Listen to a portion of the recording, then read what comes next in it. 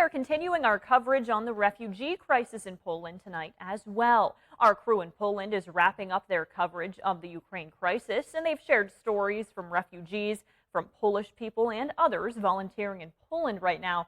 But they couldn't have brought you these special stories without some additional help. Our reporter Rachel Knapp reports from Warsaw, Poland. She definitely hopes to go back home once she can. You might be familiar with the sound of her voice. It took us 2 days to go from Kharkiv Oblast to Lviv. And you might have spotted her standing close by during an interview along the Ukraine border, a train station in Krakow, or on the streets in Old Town Warsaw. That's Ina Zarypova, our translator. She speaks 5 languages including Ukrainian, Russian, and Polish. The Erie-based company Logistics Plus put us in contact with her to help us with our coverage in Poland, patiently listening to our questions, relaying them to the refugees, and translating on the spot their message back to us. Just like with our crew covering the refugee crisis, she hasn't worked on a project of this magnitude before. I was definitely nervous about it, just to make sure that I translate everything, and then that you have the material to work with, and then so you could share the stories of people as accurate as possible. It's translators like Ina that help us and other journalists make sure information about what's happening in Ukraine is shared around the world.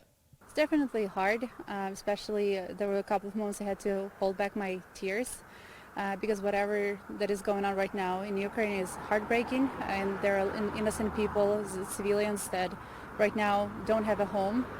But at the same time, I feel like how important it is to share their stories and just to show to the world that this war was unprovoked, and people don't deserve whatever that they got from Russia.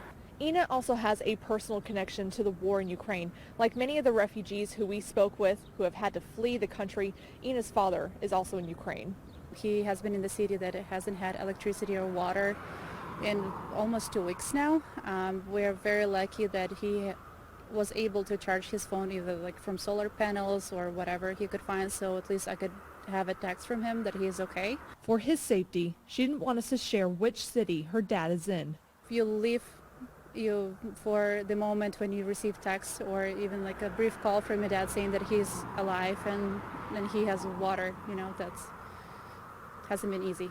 With the stories of Ukrainian refugees Ines has helped us share, she hopes sharing her own family's experience will help people understand the devastation this war has brought and help continue the international support for Ukraine. I just really hope this whole nightmare will be gone soon so people can go back home and live their lives. Reporting from Warsaw, Poland, Rachel Knapp, WZMQ 19. Thanks, Rachel, and our crew is wrapping up their work in Poland right now covering the refugee crisis. And the